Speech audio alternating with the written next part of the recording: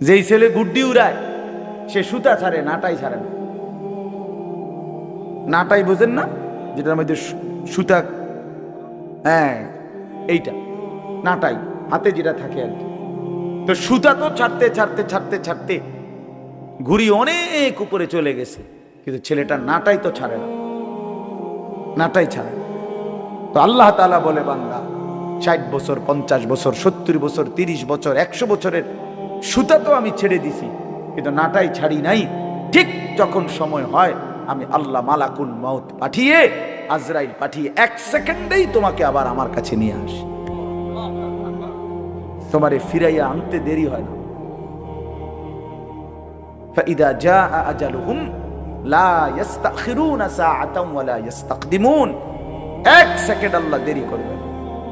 চলেন বাপ, এই জন্য ভাবতে শিখি। ছেলেরা তোমরা